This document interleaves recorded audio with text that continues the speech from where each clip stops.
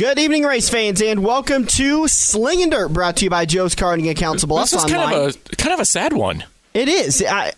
Listen, I brought tears to my eye Friday night, but the season's over. Let me get through the sponsor read real quick. Yeah. They pay the bills. Brought to you by Joe's Karting and Council Bluffs online at joeskarting.com. That's karting with a K. Fast-paced, white knuckles racing, where it's road course racing. It's not circle track. You guys tried circle track, and then that quickly went away. Yeah, that lasted all of about an hour and a half. Because the thing that I've touted the most, and I love the most about your guys' track, is that the karts don't have governors. No governors. No, it's you on a circle track would be just downright bad. Well, me on any track, actually me on a road behind a motor vehicle is a bad idea, and my insurance agrees with you guys. Last Friday, we're getting the car unloaded at Denison, and you come in, and I watched you spin the truck out like, oh, look at me. You might have a crate motor, but I got a V6 with 35 horsepower. Yep. And I thought you were going to hit the scale. It's a 4-liter V6, baby. Wow. I had her locked in 4-wheel drive, and we were slinging dirt. Well, mud. But You're slinging pebbles. Well, I sling dirt. You know what? It's the most I can do in a Ranger. I have no reason whatsoever to have a truck like yours. Well, and the fact that mine stays on the road and not broke down, so there's an advantage to my Ranger. But anyways, joined on the phone tonight by my pit reporter at Crawford County Speedway. PJ, how you doing, buddy? What's up, guys? It was kind of interesting phoning it in tonight. Yeah, well, we phone it in every night, so... Yeah. As if you can't tell. You know, if I would have known you guys were going to start off this early getting on each other, I would have got my hip waders out of my fault. You're cutting out again, buddy. Okay, I would have got my hip waders out of mothballs, man. You guys are definitely already getting on each other. It's getting deep. This is the way we do it, though. There is plenty of crap being thrown at each other when we do our shows. We're going to talk about track championships tonight because the final night at Crawford County Speedway was last Friday night. Sad day. I was actually kind of hoping we'd go a couple more weeks. I was ready to go into September, October, maybe even needed November. A couple more weeks. A couple more weeks, and you might have made your way up into the top 3. I'm not even kidding about that. But let's talk about some of those Sport Compact features.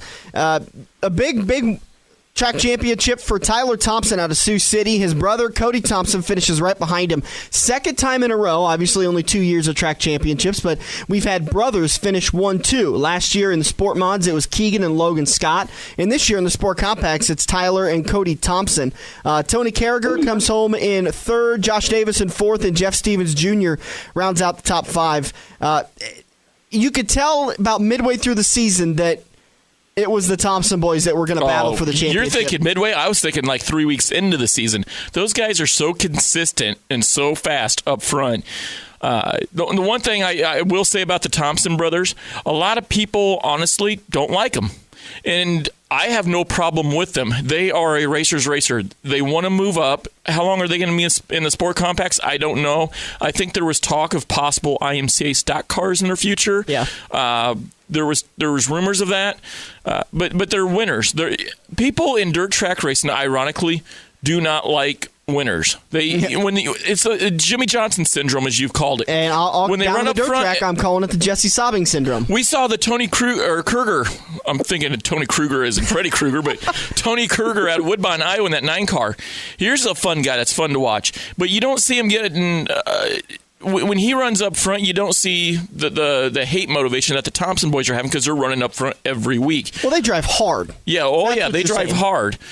Josh Davis, same thing. Jeff Stevens. PJ, chime in. You know, guys, let me tell you a little something about the Thompsons that a lot of people don't know. And it goes back to what you guys are saying about being racers and helping out. What a lot of people do or maybe do or do not know is I co-own the JD3 of Joe the Cobra Laddiehoff, and a lot of weeks he was his own pit crew. I was working, obviously, doing the pit reporting, so he was his own crew. Alta, Denison, both tracks. The first people that would be over there offering any help that we needed on that car was Tyler, Cody, and their dad, Ray. Week in and week out. They basically took my driver under their wing and helped us out any way they possibly could. And that right there, we have not just their driving, But that also, they have a big ton of respect for me. And, they're really nice kids when you can finally get them. They're incredibly nice people. Yeah, and they drive their butts off. I mean, it was every week they would start mid-pack, maybe towards the back. Once or twice they got top 4 starting position, but for the most part, they were mid-pack, and they were steady, but when the opportunity opened up, they took it, and they didn't look back.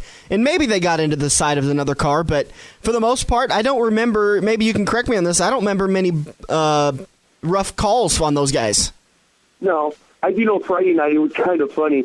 The last restart, Tyler started right behind Joe, and I noticed that Tyler was just actually bumping Joe all the way down through 1 and 2. He was doing it on purpose because we have an automatic, so we get bad starts anyway.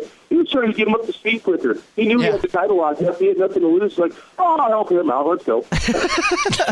And Joe ended up finishing 9th in the points. You were top 5 for a majority of the season, but had a rough go of it at Alta and destroyed your guys' car one night.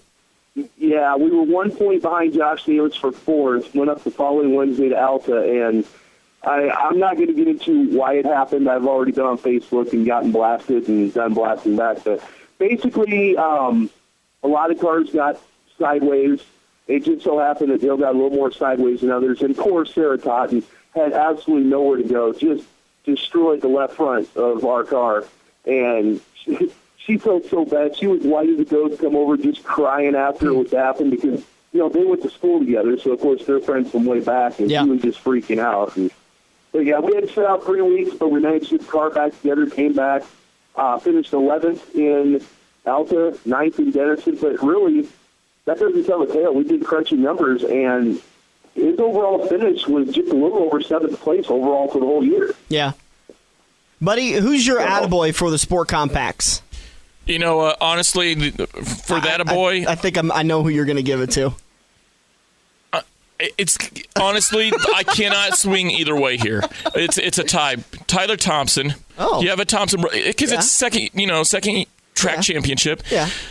But then Joe Lady Hoff, because he does go to Alta. He doesn't race for 2 or 3 weeks. He falls out of the top 10, and he races his way back into the top 10 with just 3 weeks left to go. That a boy. I got to tell you, I'm a little surprised. I expected that you to give it to Kara Webb. She did very well for herself for her first year down in Sport Compacts. And I'm proud of her because she's going to resist the urge to move up. And she's going to stay in the Sport Compacts for another year. She might be there for another year, but if you think Kara Webb's going to sit idle in a Sport Compact for years, it ain't going to happen. I got to talk to her after the races on Friday night, and I asked her, I said, are you going to move up to hobby stocks or sport mods? And she said, no, if I hadn't have taken the 5 weeks off, I think I would have, but I don't feel completely comfortable in the car yet, so I'm not ready. So she's going to spend another season down there.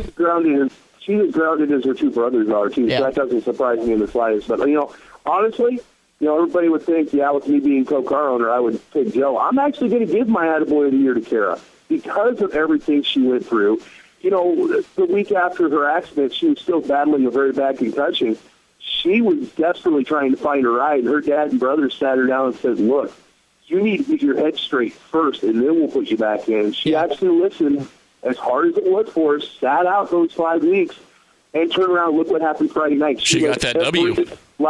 She went every lap. She held off Cody Thompson. She held off Tony Kurger. She held off Tim Cass, Randy Cass. These are guys that run up front almost every week. She held them off like every lap. And in fact, I don't know if you guys have seen the video, but the last lap coming out of 4, she actually cut low and cut Kurger off to keep him from getting beside her for the win. And that's a veteran move there. Yeah, I completely agree. She did a very I want to give her all the credit in the world, but I sat up there the entire time calling that race saying, when are they going to get by her? When are they going to get by her? I think you could have hit a pin drop in the pits when she was leading that race. But I tell you what, to tell you that was not a fluke, the very next night, reluctantly, we went to Shelby County Speedway and raced Saturday night. Guess who took 3rd in the feature? I saw that too, Kara Webb. My attaboy is going to go to Josh Davis. 2nd year in the Sport Compacts, 1st full year in the Sport Compacts. Same story, underfunded. I know the guy, he's a really nice guy, and I'm kind of proud. I mean, he brought that 3-car home in 4th place. 50 points behind the lead, but for the most part, he was consistently up there. finishing races and fighting for the lead. So I think that's my attaboy for the Sport Compact. When you see a 36 to 50 point drop from the leader with third and fourth place with Kurger and Davis, that's telling me that they were running up front most nights. They just had one or two bad nights. Yeah, that's what did it. I don't have my book on me, PJ, but what did Tyler had 4 or 5 wins on the season, and I think Cody had 2? No, I think actually Tyler had 6. Did he really? Because he had one early in the season. Because he went on that tear of 4 in a row, and then he had one more towards the end of the year. Yeah. I mean, I could be wrong, but I'm pretty sure he had 6 wins on the year. Maybe we'll just name the champion trophy the Thompson Trophy. Well, yeah, because, I mean, it was pretty much a Thompson benefit show anyway. You know, it's kind of funny. Cody had the early season lead, and then Tyler kept chipping away. And then he went on that 4 in a row and just passed his brother, and it was like, that's it, I'm gone. Should we go to the hobby stocks, or do you want to save that one for the end? Let's save that one. I'm playing. Yeah, let's save that one. So let's move on to the sport mods. And, Bud, your division.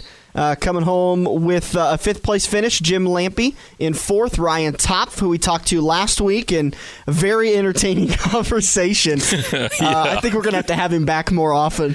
Steve Reitz, Goats, come home in 2nd, and Doug Smith, big win. If my math is correct, 48-point advantage. Doug had several wins on the season, but just outside of the top 10. You had a rough night on the last points night, and you fell out of the top one night 5. that I didn't need any bad luck. Yep. I got bad luck. You had what was it that happened to you in the heat race? In the heat race, on the side of the transmission. You know, in the heat race early on, we felt really, really, really good, and I was like, man, I'm going to start up front in the feature. We had to finish at least 5 spots ahead of Jim Lampy in the A mod sport or in the sport mod feature to take home 5th place. Well, then all of a sudden my transmission starts slipping really bad, and I was like, no, almost, I'm heartbroken. Come to find out, there's a little pipe plug or a pipe that screws into the side of the transmission. Then there's a little plug that screws on top of that. That pipe, I've never seen this in 20 years, unscrewed itself from the transmission oil pan. So we had a spare. We put it back in there, and we were able to go out and get it done. Fill it back up with oil and fill it back up with training fluid and went back out. We just couldn't come up, far enough. The one night I started in the back. I got by some cars, and I was like, okay, great. This is a sport mod. My God, how hard can it be? Give me a caution. It's just it's no caution. I joked with you at the beginning of the season. I said, all you got to do is play Jimmy Johnson's card at Daytona. All you got to do is hang out in the back and just wait, because they're going to wreck themselves out. And frankly, that was your strategy from during the season. It wasn't like you were hanging back not racing, but you were staying out of trouble. I did that a lot. You stayed out of trouble, and that kept your car to getting it 8th place, 7th place, 6th place finishes, while guys like Steve Reitz, who had won one race and did well, but also had 2 or 3 nights where they broke down, that really killed them in the points. Yeah, they're finishing 12th, 15th, 16th, something like that. Yeah, look at Tyler Gross. He won, 3 races, rolled his car, destroyed it a couple of times. Same thing with Ryan Top. Well, with Tyler Gross, the infield joke is if you roll a car, you win a race. Yeah. So, I mean, because you'd seen where he had rolled cars, even PJ's like, maybe that was your problem. Why didn't you roll it? PJ, chime in.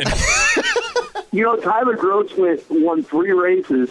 The last 2 of those wins, he flipped it over and tore it up the week before. And it's kind of funny because not last week, the week before, he ended up backing into the wall really hard on the backstretch. And really, if he would have been about 5 foot further towards turn 2, he would have hit the opening where everybody comes across into the pit. I don't even want to think about how bad that would have been. That was a scary moment. I flash back to was it Mark Martin at was it Martinsville? Yeah. No, it was a I know which one you're talking about. Mark Martin where he hits the Auto Club, I think. Auto Club. Yeah. Either track, but whew. Or think about Michael Waltrip back in the early 90s at Bristol, hitting that crossover gate and just disintegrating the car. Yeah, I saw that going horribly wrong, and I did not anticipate anything good coming of it. But luckily, like you said, he hit at the right spot. Had it been much earlier, and it would have been a completely different story. I walked by him, and I'm like, last Friday, I'm like, hey, Tyler, you tore it up last week. Am I interviewing you in Shingleburg Victory Lane tonight? He goes, Yeah, probably. Well, at least I hope so. You think we can get Doug Smith, seeing how he won the championship, to do the Dougie? I don't know. Doug doesn't seem like the kind of guy that cuts a rug much. Doug, no. He doesn't seem like that. So let me ask you, PJ, Dan, in your guys' opinion, for the season, which sport mod driver would you give that a boy to? I'm going to give mine to Ryan Topp. For as many issues as he had, he still brought home, well, he tied third in the points, but officially he'll be behind Tyler Gross because Gross has more wins on the season. But I give it to Tyler Gross, Ryan Topp, because I don't know how many times that guy was leading and something happened.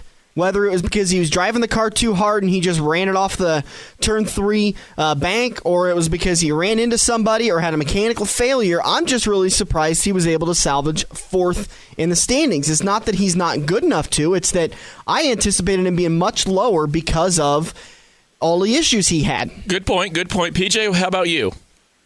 Oh, I knew you guys were going to put me on the spot here, and I don't know. I've got 5 really to choose from. Like you said, Ryan Topp and Tyler Gross, both because of the problems they had coming back. Obviously, Doug Smith, because just dominating the year. And then a couple of ones you guys might find surprising, but for me, having been a fan for years, going to Crawford County for as long as I have, Jim Lampy. That was mine. Because I'm telling you right now, they have turned so many laps around there, and it has been so long since they've been in victory lane. The last year we were in, before we took our multi-year hiatus, Jim Lampy was actually the hobby stock champ. And to see those guys back in victory lane after so many years was just simply amazing. I don't know if I can necessarily pick one. Yeah, and Lampy took home the win, what was it, early August, I believe, or end of July. He got his win. And then, July. Yeah, and then Steve Reitz got his win second to last week of the season. That a boy I'm going to give to in my class, hands down, Jim Lamping. Here's why. You look at Evan Nemitz, he's won. Ryan Topp, he's won. Tyler Gross, he's won. Steve Reitz, he's won. Doug Smith, he's top 10 in the nation in the sport mods. Jim Lampy, I don't think he raced a full season last year. I think he started a couple weeks late or he ended a couple weeks early. I can't remember, but I don't think he made all 16 shows. He started late. He started late. So he came in this year, and a lot of people, when they saw his car, and this is no disrespect to Lampy, but when they saw his car, they're like, well, here's not some shiny, metallic, powder-coated. Here, it's not a fancy-looking car. Yeah. They blew him off. Well, then when he came by, and I was watching him pass guys like Reitz and Gross and myself, I was like, who the hell is this guy? Yeah. I didn't think he was that fast. And so he came, and like PJ said, he's turned so many laps, but when you look in the top 5, I mean, how many wins combined does Smith, Reitz, Gross, and Topp have? They have pretty much all of them. I can't see. And then you have Jim Lampy up there. Last year, I almost won a feature up there. I drive a little bit different. These guys are out for the win every night. Now, I'm not saying that I'm not, but I'm a little bit more conservative. You and I were just talking about that. Yeah. But Jim Lampy, to me, he's my that-a-boy for the year. PJ, anybody outside of that top 5 have a win on the season besides Nimitz? Did Todd Thompson get one?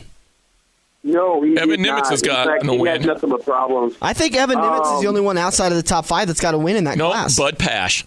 Oh, that's right. Bud did get one. And you know what? That's another one I throw in there too, because Bud has multiple track championships in the modified class back in the early and mid '90s at Crawford County. He was one that, it's not as quite as bad as sobbing.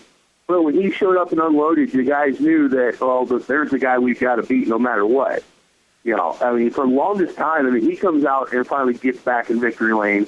So I'll tell you how. If I had to pick them, I'd say definitely probably Pash, Lampy, and Reitz, just because it's been so long since they've been victory lane. I tell you what, Now, hold on. I don't let you get away with that. I'm not going to let you get away with it, PJ. You got to pick one. You got to pick one. Well, here's the thing. No. Don't give me a, well, here's the thing. Pick one. You got to pick one. Oh, that's killing me. Because Bud does this. He's like, well, I'm going to take 6 drivers for the NASCAR race, and then one of them finishes good, and he's like, see, I told you. And I'm like, well, you named off half the field. You got to pick one. Okay, since Buddy took Lampy, as much as I love seeing Pash win, I'm going to go with Goats. Yeah.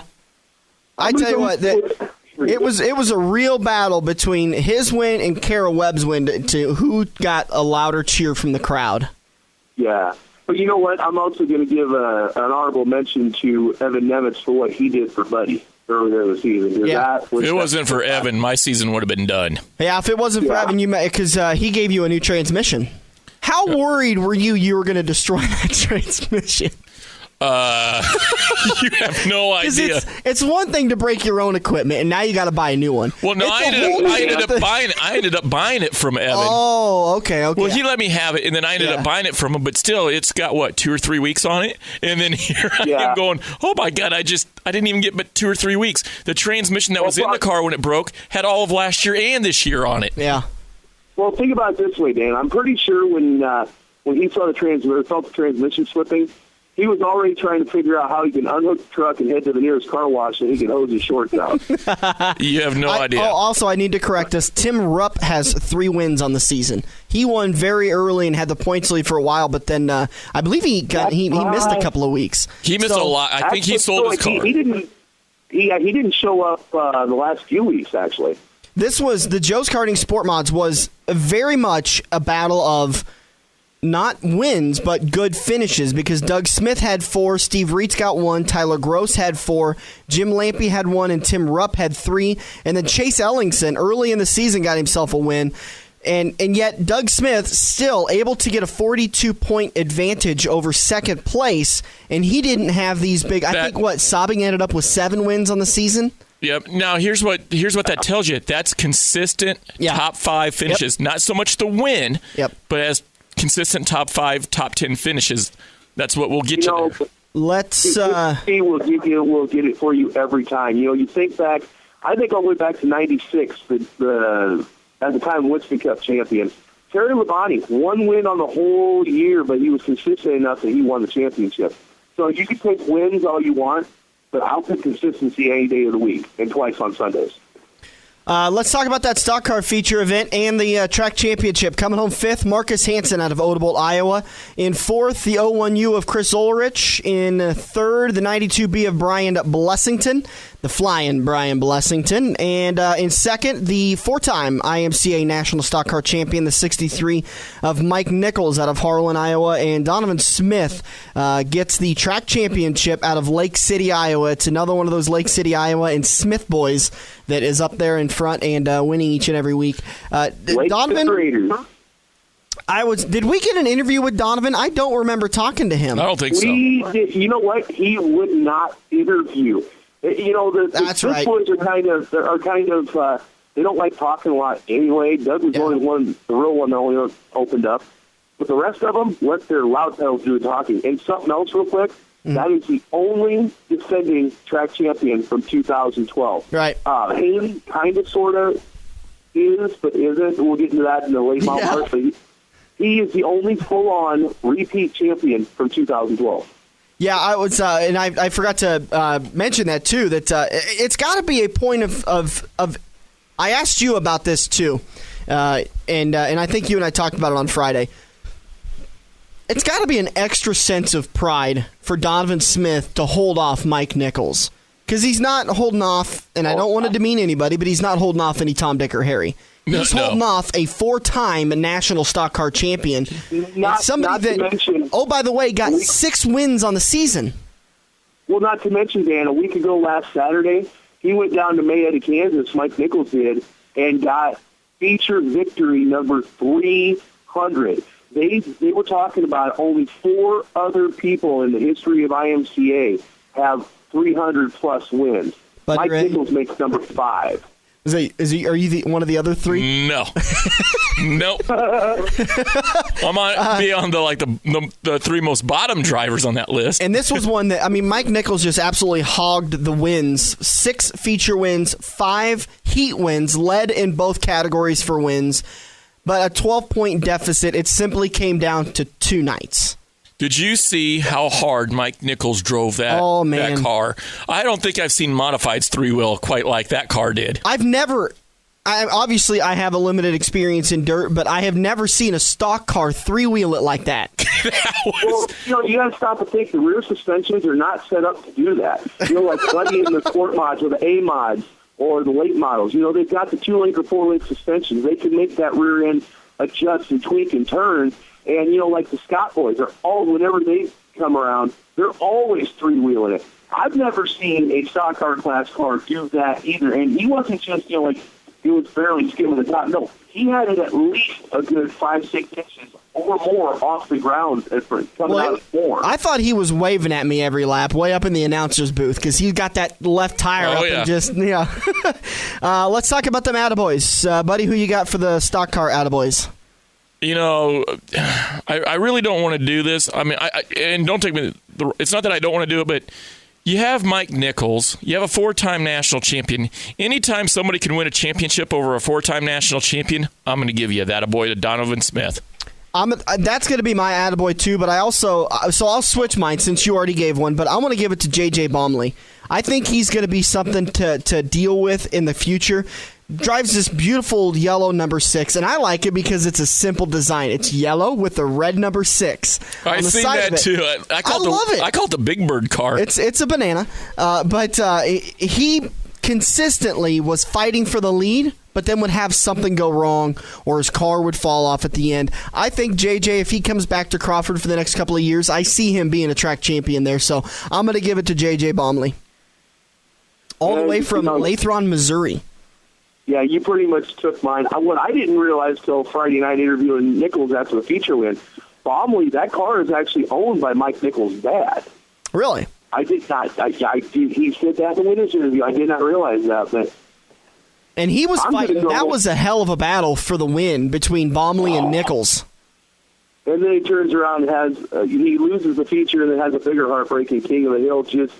I've never seen a motor go that hard before. I mean, it literally, something came out and under the car, and literally the car jumped off the ground after he took the checkered flag. And he'd won. We did a King of the Hill at the end of the night for the stock cars. That was the winning round? Yeah. No. That wasn't the winning round. That was to go on to the championship round. Right? Am I right? Was it championship round? That was round 1. That was round 1 he did it. But he won over Terry Clockey in 35. You're right. Yeah, that was the first round. Because Clockey spun. Clockey was...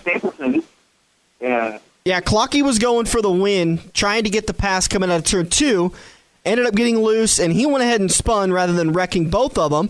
Baumley just goes ahead and keeps racing, and then just as he crosses the start-finish line, he's going into turn 1, and you just hear, boosh, and she's dead. I thought somebody had overinflated a tire in the pits, because I turned around and was like, what the hell was that? Was so damn loud. And all of a sudden I hear somebody going, fire. Oh, yeah, there was yeah. I got in trouble for that, by the way. My attaboy, Buddy Ray, you got Smith. Dan, you took mine with Baumley. I'm going to cut right down the middle, and I'm going to go with Mike Nichols. I mean, 6 wins on the year. He went 5 for 6. Would have had 7 wins, 6 for 6, if it wasn't for a drive shaft problem. Plus, the fact that even though it wasn't at Crawford County, he got 299 and 301 at Crawford County. He went and got 300 down in Maida, Kansas. But the history behind that, just the group of people he's with, he's definitely got my attaboy for the year. So moving on to the late models, your track champion for the late models, 5th place, coming home in 5th, the 5S of Jeff Siegebart out of Westside, Iowa.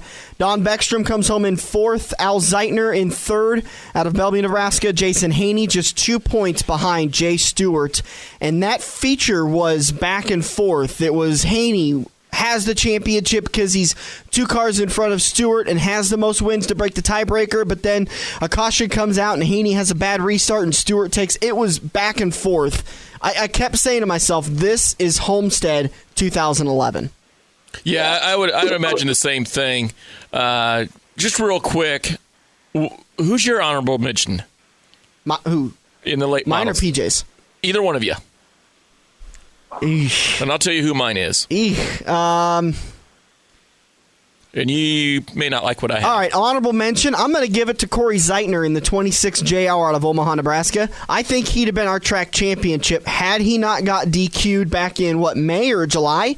Might have even been June for what my memory is. You know what? It was May 31st because it was the last time that Al Zeitner won before last Friday. This freaking guy's memory just pisses me off.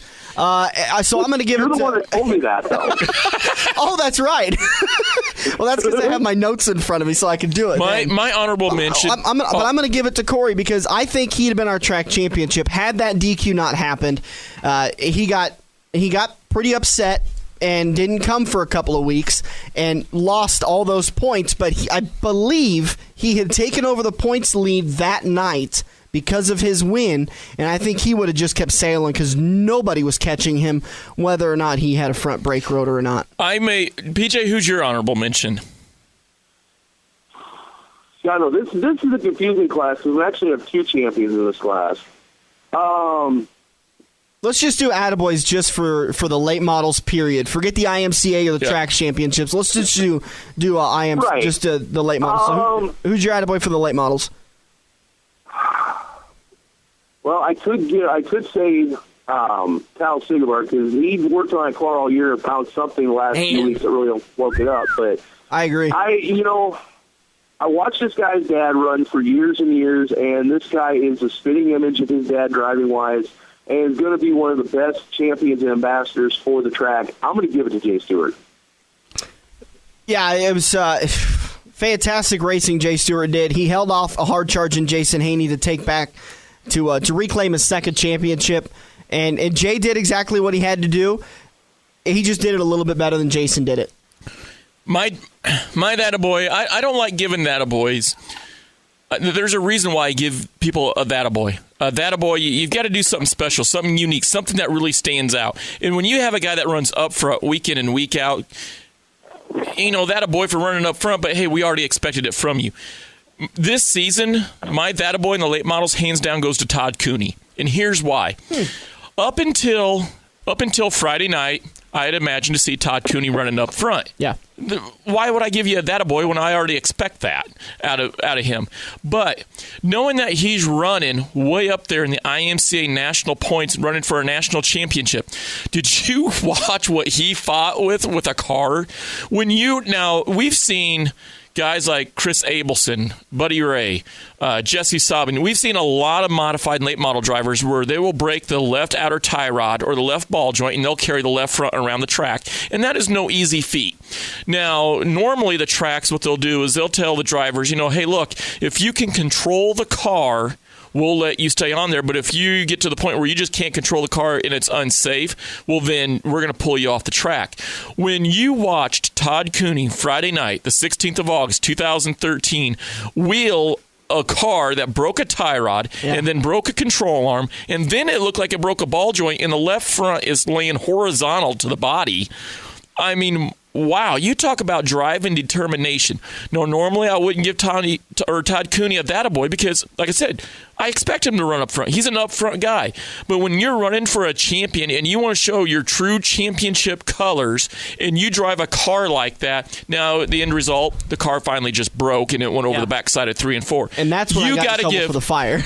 And to me, I got to give a attaboy to Todd Cooney for really working his ass off. I came over the radio with PJ because I'll routinely queue up and just tell him what's going on the track because he can't see from turn middle of 1 to end of 3.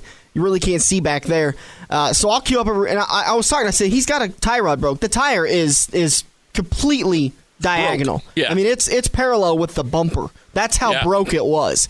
And I said, what is the advantage to that? He's not going to gain any positions.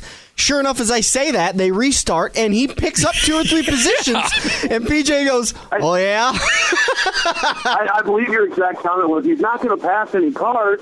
And just to get done saying that, he flies by Beckstrom and somebody else like they're standing still. Yeah. But see, the problem was he stayed out there too long on it and ended up breaking either the spindle or the upper control arm because it ended up cambering the whole top side of the tire in, and that was just pretty much it for him. Well, let's talk about the modifieds as we move on through the track championships at Crawford County Speedway. I hit that Crawford.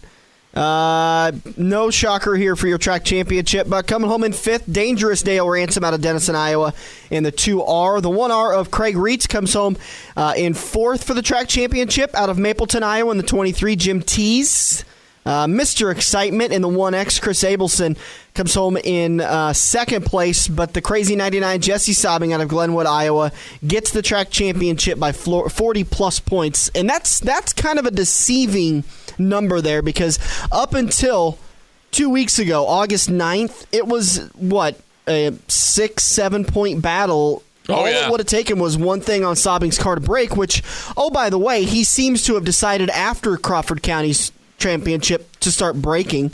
He broke Saturday night, and I believe he broke Sunday night also. I kept seeing the 16th. Feeds.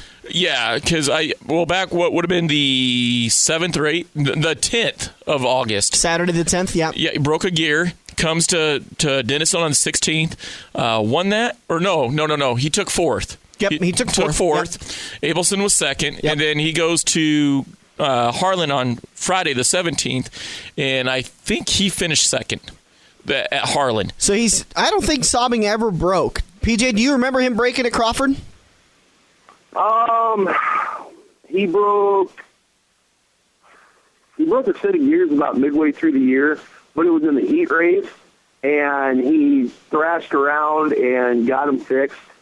Other than that, no. But, you got to stop and think. Even the best equipment, you run it all year, it's going to get worn and torn up, and it's going to start breaking. But, yeah, I mean, I think, I don't know, maybe he lost his lucky horseshoe or something. I don't know. Well, and this is where Jesse's strength really is. It's not just wins, and it's not just consistency. It's both. He led. He led all the drivers with 7 wins on the season, 4 heat wins. Abelson with 5 feature wins. I had to think back because who did end up winning the feature on Friday night?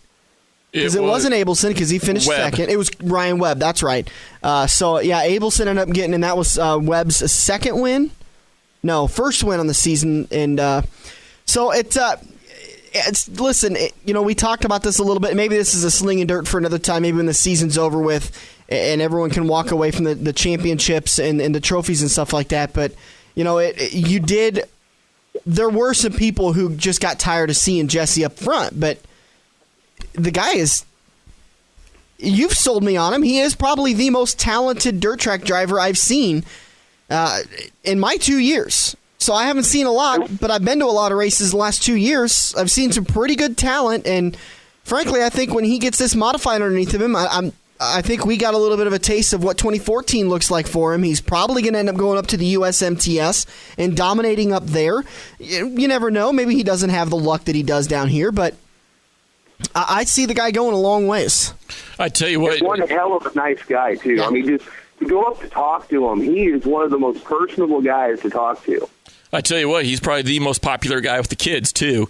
Yeah. The kids love Jesse Sobbing. When Crazy wins a feature, for the listeners out there, he'll take the weekly trophy and he'll walk up to the grandstands and be like, have you got a trophy before? And the little boy or little girl will be like, no. So he's like, here you go. Yeah. Come to find out, it's because he's got so many of them at home. His wife said he can't bring no more home. so he keeps the big specials, but he's not allowed to bring any of the weekly stuff home. So, but I tell you what, when it comes to Crawford County, PJ, give me your opinion on this, because this is the second year that Dan's been around the dirt mods, but you've been around this for a long time. Is the competition, the field as a whole, is it pretty stacked in the modifieds at Denison, you think? Oh, without a doubt. Without a doubt. I mean, obviously Sobbing and Abelson kind of stunk it up most of the year. But, Dangerous Dale Ransom's been out there forever. Craig Reitz has been out there forever. Ricky the Racer Steffen. Ricky the Racer Steffen. Matt Bonine, who, by the way, is my attaboy for the modified, because it's been a long time since he saw Victory Lane 2, and he finally put that 14 back in there. Jim Tees. I mean, you look at the amount of talent in there, and, yeah, it's definitely a stacked field. And so let me just clarify.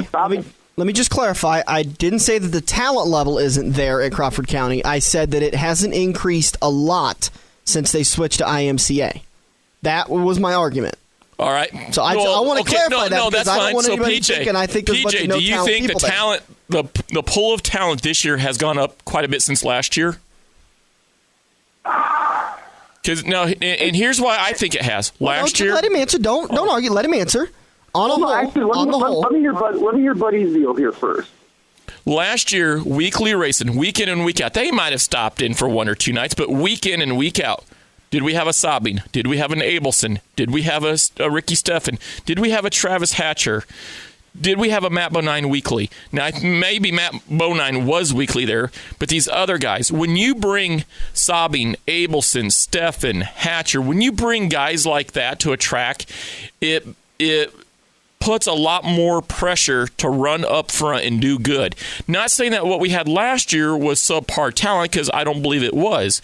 But we have really good talent. It would be like having the guys that we have in 2013 this year. This year we had Sabin, Abelson, Thies, Reitz, Ransom, Steffens.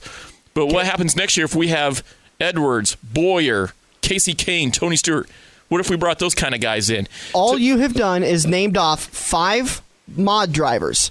We're talking about the entire track as a whole. I'm talking about just the modifieds. No, that's not our argument, though. Don't change the argument. Well, I'm asking. No, I asked PJ in the modifieds. Was the pool of talent in the modifieds? Okay, well then, if you're going to ask me that, then I'm going to agree with you because we didn't have those guys. I'm going to agree with you, but the argument is the track on a whole, because 5 of our 6 divisions were IMCA sanctioned. And I don't think we got this massive talent boost by going to IMCA on a whole. So let PJ be the tiebreaker. Okay, we did get some newer blood in that does have a lot of talent. But honestly, I think we still had the same talent we had last year. Because you look at the modified alone, you still had Ransom, Reese, Webb, Stevens, Jeff Stevens. They've all still been there. A lot of the same guys in stock car have still been there. Hobby stock, we really didn't get that big of an increase. Sport compacts, we got the Thompson boys, but really nothing else there. Sport mods, we might have gotten a few others, but still the same ones that were there last year were the same ones that were there this year. So, in the modifieds and the late model, maybe just a little bit of an increase, but overall, not really.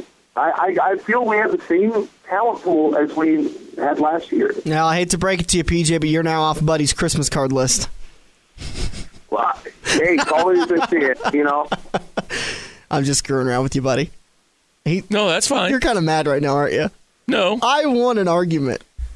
I want a dirt track argument. That makes you even madder. I understand where PJ's coming from. We had those guys last year, but and they were tough competition. Don't get me wrong. It's not like you could just show up and run all over them, because that wasn't the case. But when you throw in this year, you throw in the Abelsons, the Sabines, it only takes the 2 or 3 other cars to deepen that pool of talent exponentially, making it that much tougher. If you thought you were going to have a hard time beating guys like Craig Reitz, Ryan Webb, Gary Webb, Matt Bonine, well, if you thought you had that hard of time, guess what it's going to be? It's going to be that much harder if you can't beat them. And now we throw Abelson and Sabine on it. Therefore, you're increasing the pool of talent this year. Why? Because of IMCA. And that's not the dispute. The dispute is, was it a big... Because I was sold at the beginning of the season that we were going to see this massive car count, crowd count was going to go through the roof, and we were going to have all this talent at the track.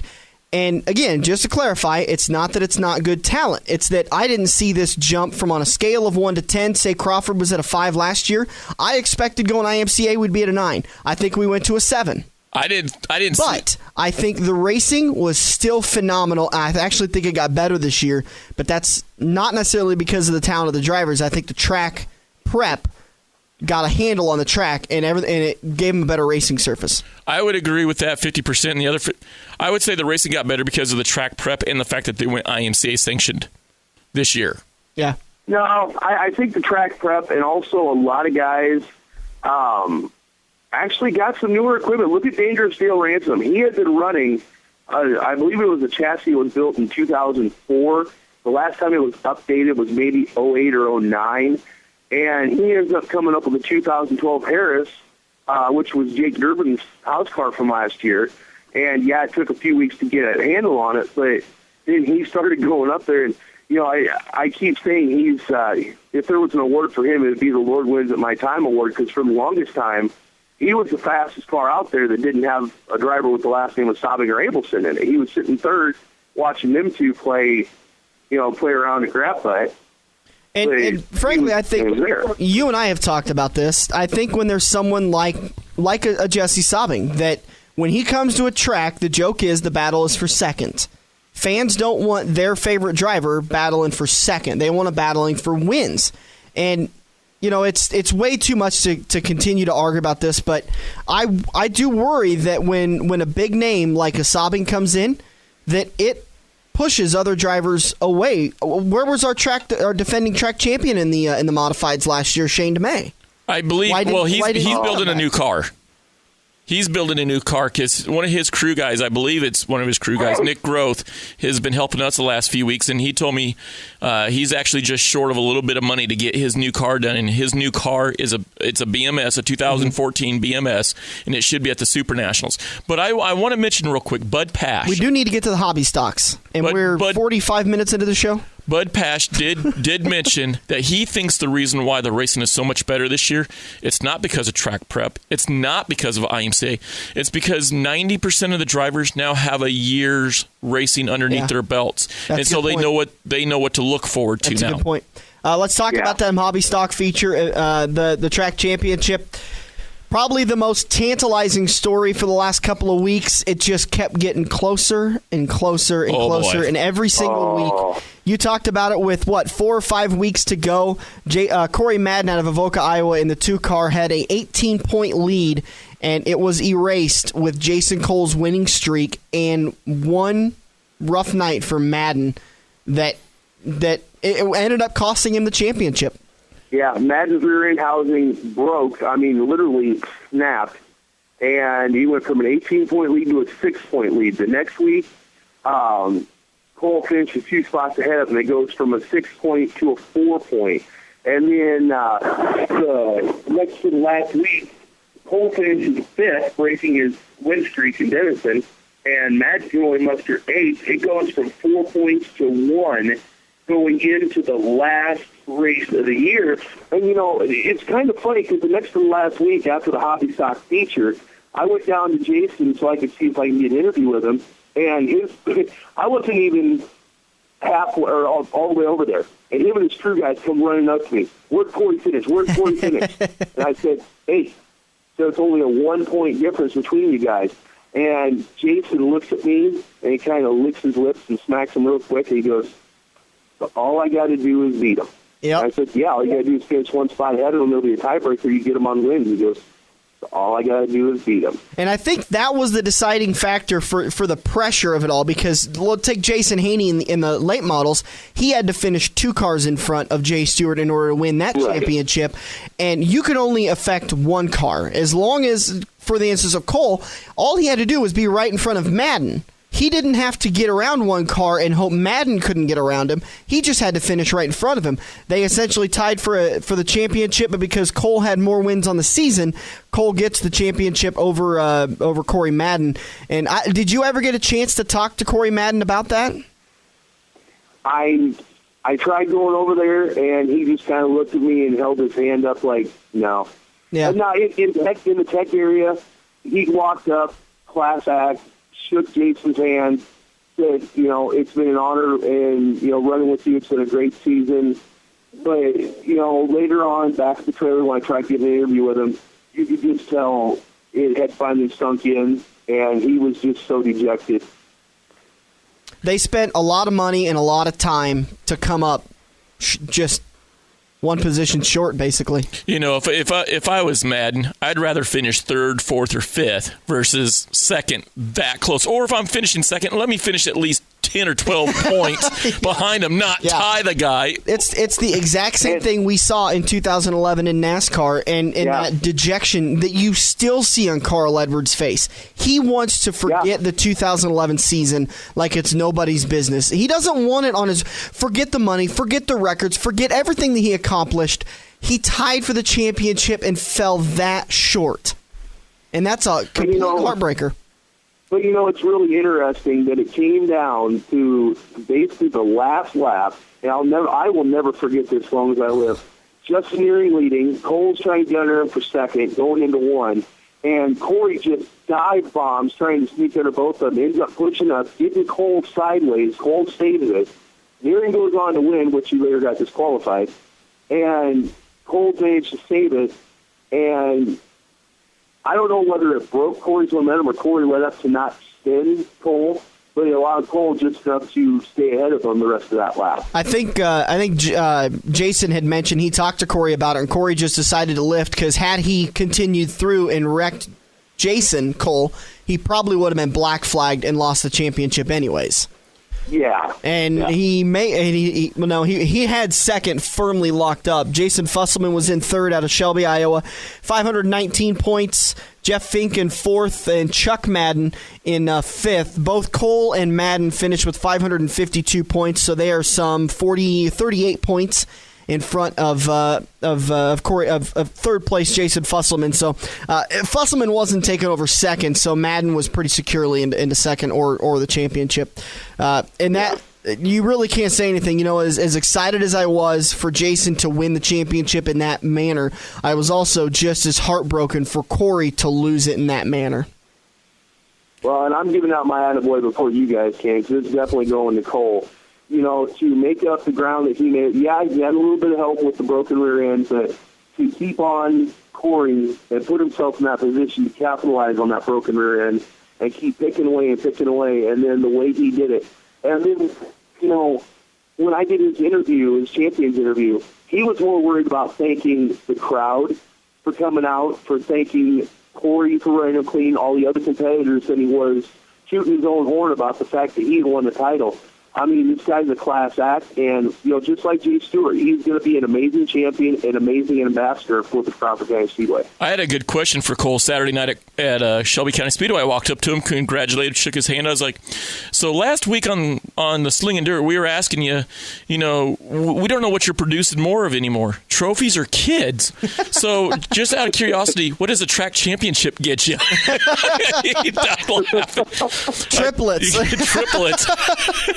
That may not be a good joke. You know, my boy, PJ already beat me to it. I'd give it to Cole, his first track championship ever. But I'm going to take somebody that you guys would never imagine. Robert Ritterbusch in the 02. The Rampage. Rampage Ritterbusch, and here's why. I didn't take him serious as a driver, and I'm not meaning that disrespectfully, but when I'm thinking of somebody that can run up front and challenge for the pole in the feature, I'm thinking of guys like Cole, Madden, Fusselman, Fink, Madden, Nearing, Totten, Sorensen, Freeze.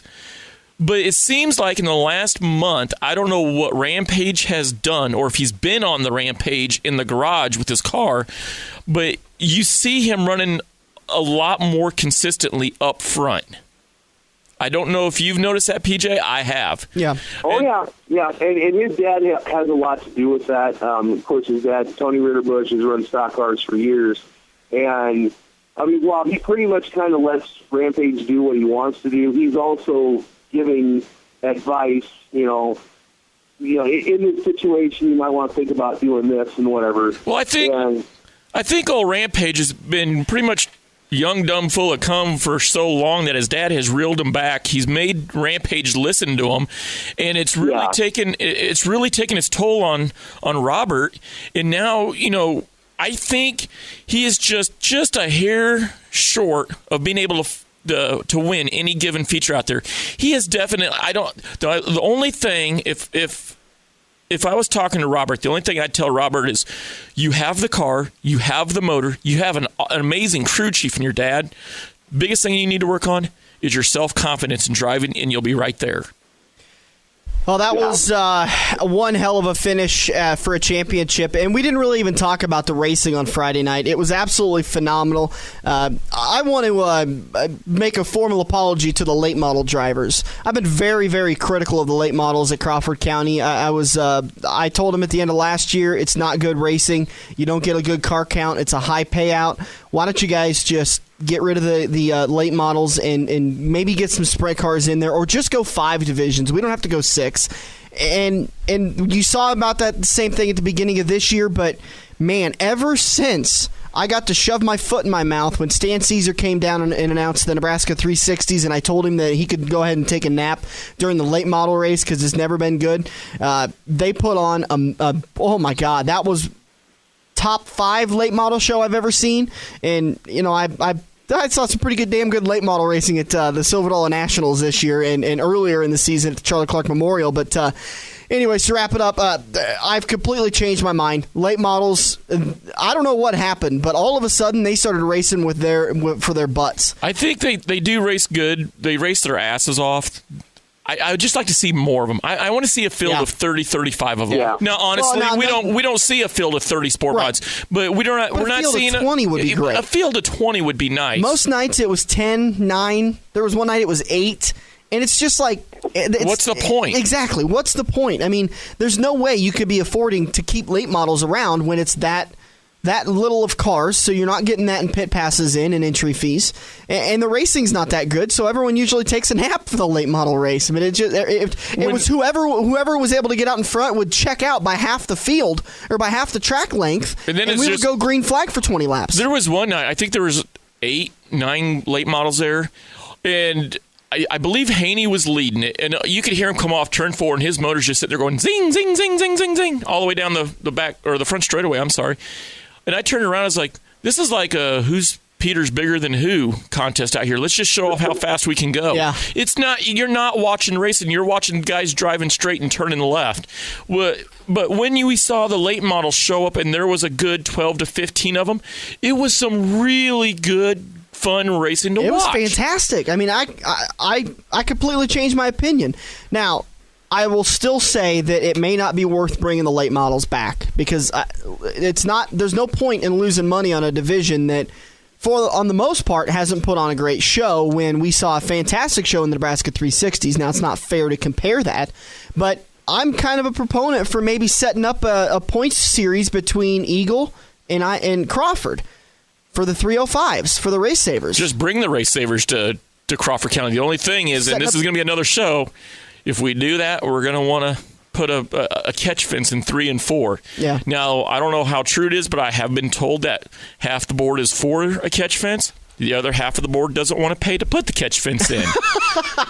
Well, you know what? After Kara Webb, Dusty O'Brien, Levi Plowman, and even though it didn't happen to 3 and 4, Stu Snyder, Kyle Fuhrer. Well, now don't use Stu Snyder as an example because he wrecked with a catch fence and still got a little banged up. So he's countering your argument. But, Dan, imagine what would have happened if it would have been in 3 and 4 and that catch fence would not have been there.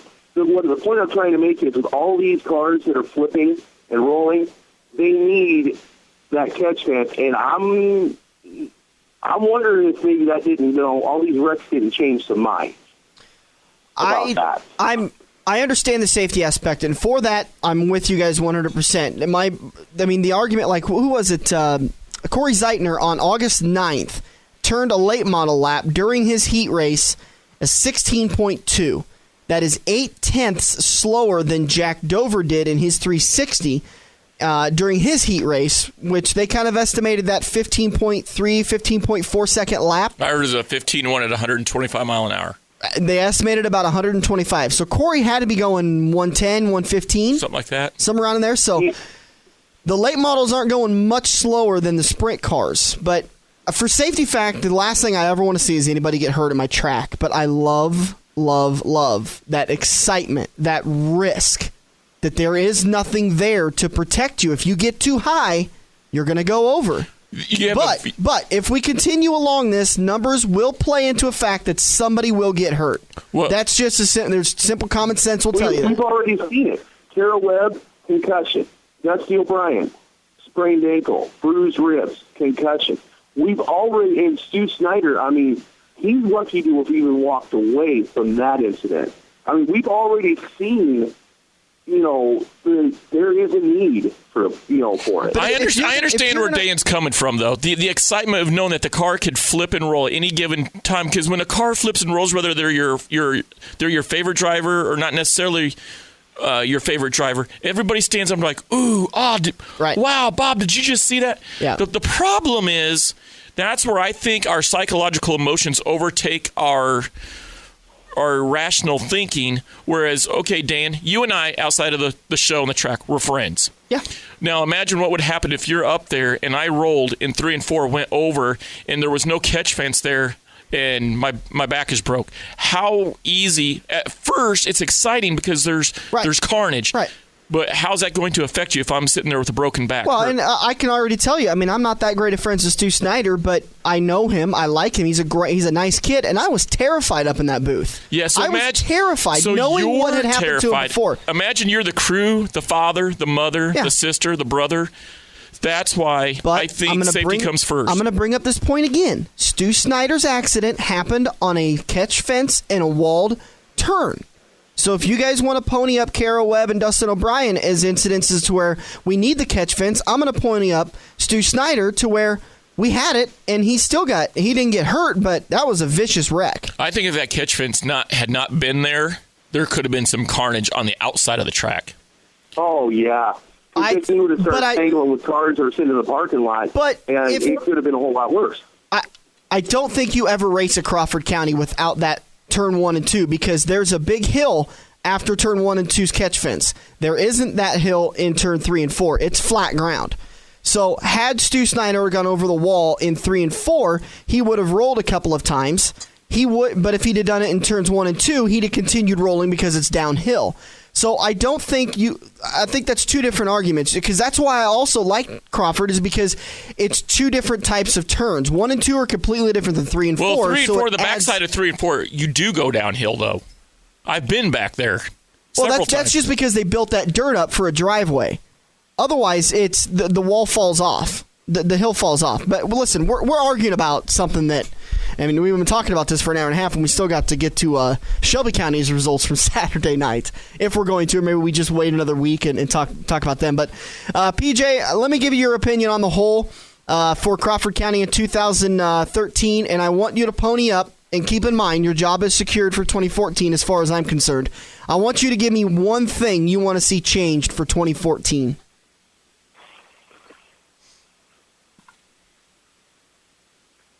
Honestly, one thing I would like to see changed is some of the officiating. I feel like there was a lot of rough driving calls that were left on the table and uncalled. I feel like there's a couple of officials who, for lack of a better term, have gotten a little bit too big in their britches for what they got a little too power happy with what they've been given. And I think if we can make a couple of changes officiating lines, and if we get the right people in there, I think it'll improve the overall show. What about your opinion on 2013? Successful season? Well, I think it was a very successful season. I mean, it was kind of a hard season at times. For some reason, the amount of really bad wrecks this year went up exponentially over last year, and it was a very, very hard thing to see. But overall, very, very successful year, just like it was last year. Yeah, I'm a little confused as far as to be able to point at why we saw so many hard wrecks this year. I don't know how many red flags we had. It had to be, am I going to throw out a big number here, 15? Oh, at least. I mean, it was, and we're talking 20-minute cleanups because there's 6-7 cars involved, and the cars are destroyed. So I'm a little perplexed as far as why we saw so many hard wrecks this year. Dan, let me ask you, as a track announcer, and you're watching us all racing, give me one good thing and one thing you would change. Just like PJ. I think the track grew as it needed to in year 2. There was I see things behind the scenes that they're doing differently. They've moved a couple of people around, and that helped out a lot. We quit getting out of there at 11:45 midnight. We started getting out of there at 10:15, and had it not been for some of these red flags, we could have been out of there at 9:30, even with the 120 car count. So I applaud them for that. I think they made some changes. We also made a change for the last night of the year. We brought up instant replay up into the announcer's booth so we can help to make some calls with the officials to help save some guys as far as, do they go to the back? Do they get flagged? Do they get fined? That kind of stuff. I'm with PJ. I'm going to modify PJ's a little bit. I'm going to say if you're going to be an official at Crawford County, you cannot have any racing association with a driver. You cannot have any connection with them, because I'm not going to sit here and say I think somebody is playing favoritism, but I think it leaves question in people's minds, and you have to get that out of there. There has to be absolutely no question. And I got accused on Friday night of having a favorite driver, and it's laughable. It's absolutely. Are you serious? Yeah. Who was it? Buddy, It was you should have Chris been up in Ulrich. the announcer's booth. They think. I mean, seriously. Hold on. Fan came up and started the war. PJ. We don't need to go back because I've reconciled with that. We've made up and we're good. But I was accused of playing favoritism with Chris Ulrich. And first off, It should be me. I can't play favorites with anybody. I can't. Even me? It doesn't do any good. But I said, I do have a favorite driver. And he goes, oh, but it's Chris Ulrich in the 01U. And I said, no, it's actually not. It's Buddy Ray Jones in the 25. And he was completely perplexed. And I said, you know the reason why you don't know that Buddy is my favorite driver? And he goes, ooh. I said, because Buddy's not up front battling for the lead. But it wouldn't matter if he was, because last year Chris Ulrich was battling for the lead, so Chris Ulrich got his name called, and oh, by the way, the crowd cheered. So he got his name called. This year, people, it doesn't matter who they think I'm favorites with. It doesn't do any good for anybody if I'm a favorite of it, because I have no power there. I can't do anything with my favoritism.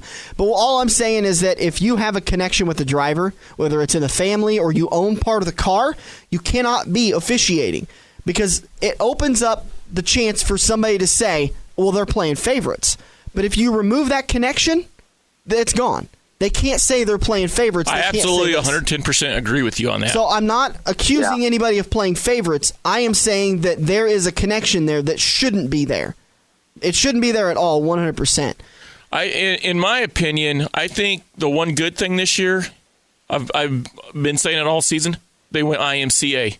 Kudos for them. The one thing I would change, and I'm going to take both sides on this, your side, Dan, and PJ, is the officiating. Why they did move people around, the biggest positive thing, one is the flagman is amazing. I think the flagman did a great job. For as young as he is, he did an amazing job in putting TJ in that spot where he's at was a really good call. But down in the infield, there is some officiating and some calls that could be easily be deemed questionable, such as what PJ was talking about. And I think if you were to remove those people and had it straight down the middle, call it as you see it, not as how you want it, you would have a great place to race. And I do give the track a little bit of credit because it is tough. It's tough to find good officiating. And you got to remember, we're second year into them opening and running. Yeah, and a successful year. I mean, the car count was through the roof. It dropped off, as it always does, with every any track throughout the year. That's what I'm saying. It does it throughout any track throughout the year. It drops off because, like you said, people run out of money. People get tired. People start going back to school. They got to get back to work. So, guys, we've gone for an hour and 15, hour and 10. This is a record for us. I'm tired of talking. Yeah. So, PJ, what's your plans for this year? For the going into this year, next year, you guys racing Denison. I will publicly state now, I will not be back at Denison next year. How come? I'm actually, I've already made plans to go to I-80 Speedway. We are going to be racing Friday, I-80 Speedway. I know. I'm just saying. I actually called Joe Kaziski at 10:10 last night. Well, it doesn't matter because you told them 2 years ago you were racing. But when you got sponsorship dollars that come into play, that changes the landscape. I'm just saying. Remember, you called that goat once before, and I didn't call Steve. So you're racing. I'm glad now because now it's going to diversify a little bit with the show. I can talk about Crawford. You can talk about I-80. We can get PJ to talk about Alta or the different tracks he goes. So that's good. It's going to diversify a little bit, and it'll hopefully you can get you that IMC or the NASCAR win now. Are you still going to have an IMCA license? Yes. So where are you going to race on Saturday night? Because you're kind of touring right now. Yeah, and you know what? And we've had a lot of fun with that. Yeah. We're going to 2 new tracks this week. I'm not going to say you have to go to the Ricky Buddy Racing. Oh, okay. Go to Ricky Facebook page, Ricky Buddy Racing. Harley Meyer, my crew guy, has done an amazing job with our, marketing, whatever you want to call it. But we're going to 2 new tracks. Next year, we're going to focus I-80 Friday nights. The nice thing about I-80 is they don't necessarily race every single week. Sometimes there's a 2-week split. Yeah. They take some breaks. And so then on Saturday night, look, if we want to go to Harlan, we can go to Harlan. If we want to go to Eagle, we can go to Eagle. If we want to go to Sunday Stewart, we can go to Sunday Stewart. But we went camping this year. I really enjoyed it. I got a son who's 9. He'll be turning 10 in January. Mm-hmm. So I have yet to meet him. I've been friends with you for how long? 4 years? 5 years? I have yet to meet him. So he hasn't been to the races with me, but I think I've met him, actually.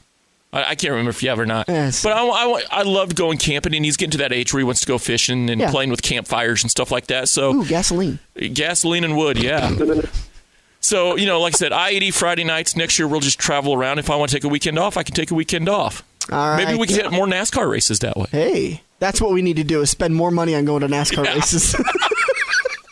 But anyway, to answer your question, as far as Iron Cobra racing goes, Joe still hasn't completely 86 the idea of going to the Super Nats. Right now, he's going through a few things. I'm going to try and go up on a couple of my days off and try to work on the car a little bit. I haven't totally ruled that out. He's really wanting to run the Tiny One. His older brother, Robin, used to race hobby stock in Harlan all the time, so he wants to get down there. Other than that, the plan is just tear the car down, go through everything. There's a couple of upgrades we want to make, and come back out in 2014 and try to improve on what we had in 2013. Which was, as far as myself, well, it was a really great year. I mean, other than having the South really. Had you not been out for that week, I think you guys would have been a top 5 Sport Compact easily. Oh, yeah. As far as myself, kind of going to enjoy taking a little bit of a break.